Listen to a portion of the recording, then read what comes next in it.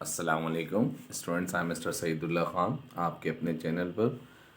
Today I brought another vocabulary for you and then the differences between these two words.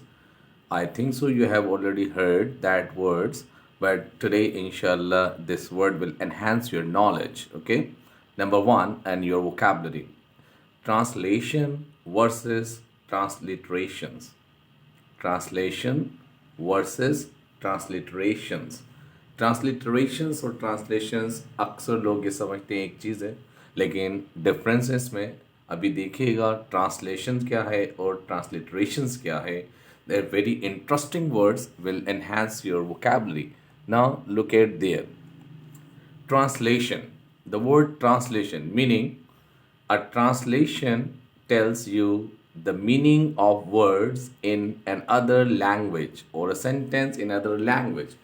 Means जैसे वो अखबार पढ़ रहा है. अब देखिए ये उर्दू में है पूरा एक सेंटेंस. पढ़ रहा पे तोएं आप लगा लीजिएगा, वो इत्तेफाक से मिस हो गया है. इंसान है, गलती हो जाती, ओके, डजेंट मैटर. वो अखबार पढ़ रहा है. अब देखिए ये उर्दू लैंग्वेज में, इसको जब हम किसी और लैंग्वेज में ट्रांसफ़र करेंगे तो दैट इज़ कॉल्ड ट्रांसलेशन. यही बात अभी ऊपर की जा रही है. अ translation tells you the meaning of words. Translation क्या करती है? आपको मीनिंग ऑफ वर्ड्स बताती है इन अनदर लैंग्वेज, किसी और लैंग्वेज में. ओके, एग्जाम्पल यही दी जा रही है. एग्जाम्पल में ये कहा जा रहा है कि जनाब वो अखबार पढ़ रहा है, उर्दू है. अब इसकी ट्रांसलेशन जो होगी वो होगी he is reading a newspaper. He is reading a newspaper. वो अखबार पढ़ रहा है. तो he is reading a newspaper ये अनदर लैंग्वेज में, इसलिए इसको हम कहेंगे ट्रांसलेशन.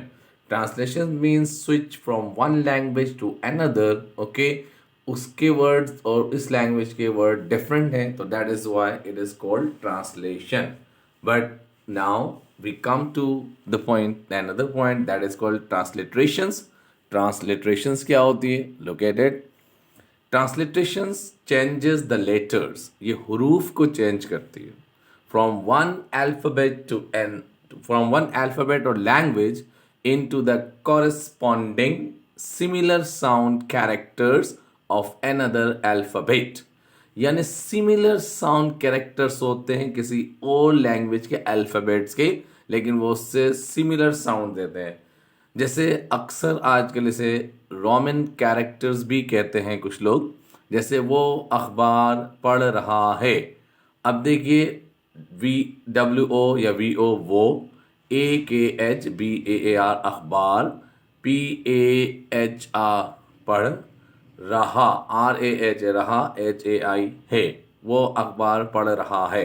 अब जब मैंने लिखा तो देखिए मैंने इसकी मीनिंग किसी और लैंग्वेज में नहीं बताया, बल्कि उसी को तलफ़ुज़, उसी कैरेक्टर का sound, similar sound of the characters another alphabet, किसी और अल्फ़ाबेट में उसी का साउंड मैंने इसको ट्रांसलेशंस किया है.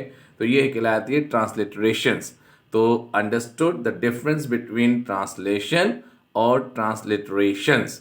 आई think so you have understood my this vocabulary which I give you on the daily basis.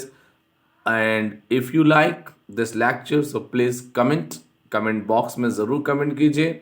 Okay, इंशाल्लाह time after time these type of vocabulary will give you and enhance your knowledge. Okay, thank you so much. अल्लाह हाफिज़. इजाज़त दीजिए mister Saidullah Khan को. इंशाल्लाह फिर हाजिर होंगे.